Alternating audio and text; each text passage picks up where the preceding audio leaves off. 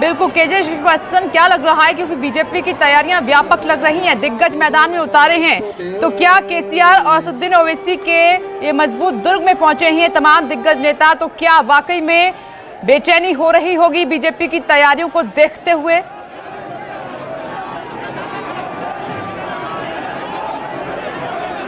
जी बिल्कुल, देखिए सबसे ज्यादा बेचैनी तो सत्तारूढ़ टीआरएस पार्टी में ही है, क्योंकि उनके पूरे तेलंगाना इलाके में आकर बीजेपी ने अब तक एक तरह से माहौल जमा दिया है। और जहां तक हैदराबाद नगर निगम चुनाव की बात है, ग्रेटर हैदराबाद नगर निगम चुनाव की, तो यहां पर करीब 21 विधानसभा की सीटें इसके आसपास पूरी लगी हुई है। 4 लोकसभा की सीट इसके आसपास लगी हुई है, क्योंकि 4 जिलों तक ग्रेटर हैदराबाद नगर निगम फैला हुआ है। तो बीजेपी की नजर इन सभी सीटों पर है। यदि ये बहुत बड़ा एक नंबर होगा बीजेपी के लिए गेम चेंज के हिसाब से, क्योंकि ये सभी असदुद्दीन ओवैसी के गढ़ माने जाते हैं, चाहे हैदराबाद की बात करें, संगारेड्डी की बात करें।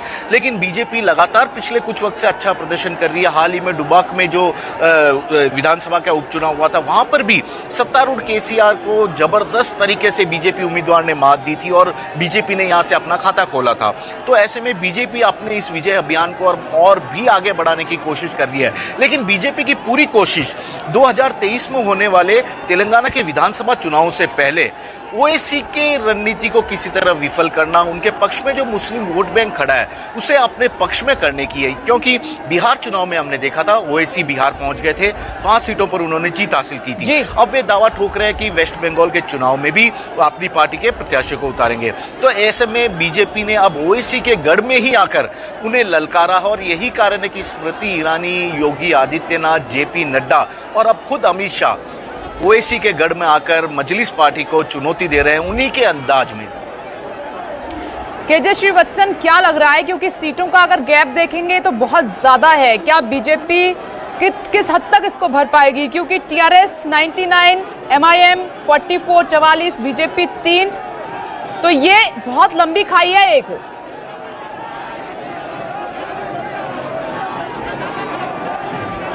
जी बिल्कुल, देखिए ये आपने जो आंकड़ा बताया है वह ग्रेटर हैदराबाद नगर निगम के पार्षदों वाला आंकड़ा है, जो कि क्योंकि वहां पर कुल सीटों की संख्या 125 है।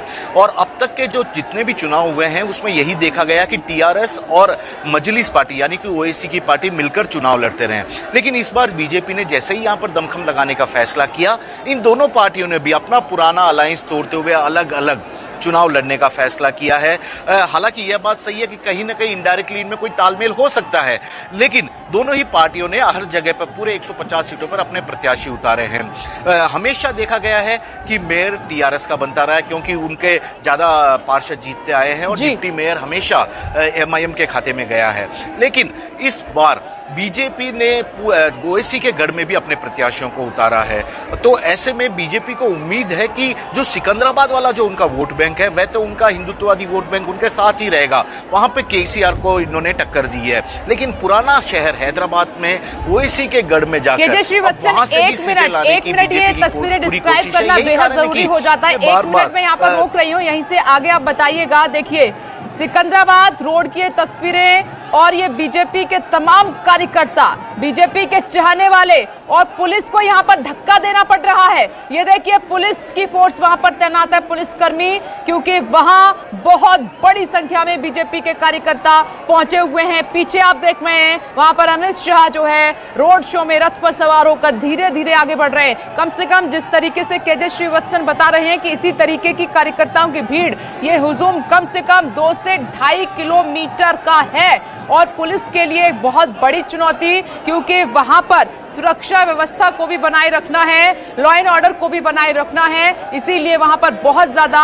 मशक्कत करनी पड़ रही है। आप चारों तरफ नजर डालेंगे तो चारों तरफ बीजेपी के कार्यकर्ताओं से ही सिकंदराबाद का रोड पूरा भरा हुआ है। छत से फूलों की बारिश हो रही है, यहाँ से धीरे धीरे रोड शो का काफिला आगे बढ़ रहा है। ये नगर निगम चुनाव के लिए बीजेपी की तैयारियां हैं, जिसमें जेपी नड्डा, योगी आदित्यनाथ और अब खुद अमित शाह कमान संभाले हुए हैं। तो यहाँ पर एक बहुत बड़ी चुनौती देने के लिए केसीआर और असदुद्दीन ओवैसी के लिए उतरे हैं मैदान में, इस पिच पर अमित शाह।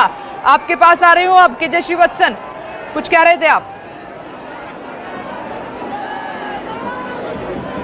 जी बिल्कुल, जी बिल्कुल, आपने ठीक कहा है कि करीब 2 से 2.5 किलोमीटर का तो ये रोड शो का एक जो रूट तैयार किया गया था वह था, लेकिन इतने तो कार्यकर्ता ही सड़क पे भरे हुए हैं। तो ऐसे में अमित शाह का रोड शो किस तरह से आगे बढ़ रहा होगा, कितनी मुश्किलें पुलिस को रोड को साफ कराने के लिए आगे हो रही होगी, क्योंकि कार्यकर्ताओं के हर कार्यकर्ता चाहता है अमित शाह के पास से उन्हें देखे।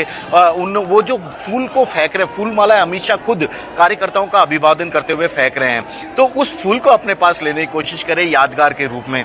तो अमित शाह लोगों को लुभाने की जितनी कोशिश कर रहे हैं, वहां यहाँ पर सड़कों के दोनों तरफ मौजूद लोग भी अमित शाह के नजर में आने की पूरी कोशिश में जुटे हुए हैं, क्योंकि जानते हैं कि शायद तेलंगाना में आने वाले दिनों में बीजेपी और बेहतर तरीके से काम करेगी, उसका काफी अच्छा भविष्य हो सकता है।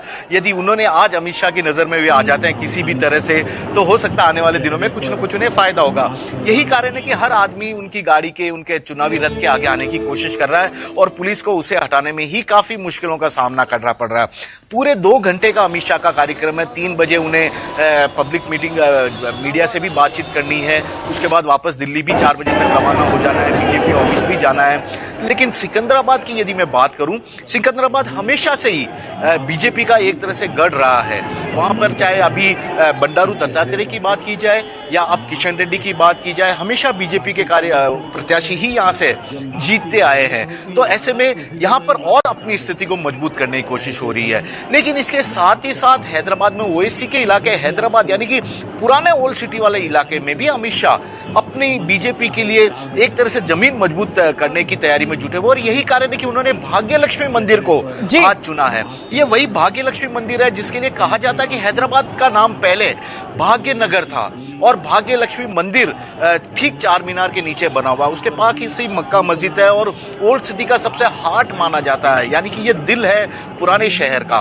तो वहां पर जाकर अमित शाह की आज पूजा पाठ करना और वहां से अपने चुनाव प्रचार का आगाज करना निश्चित तौर पर कई संकेत भी देता है।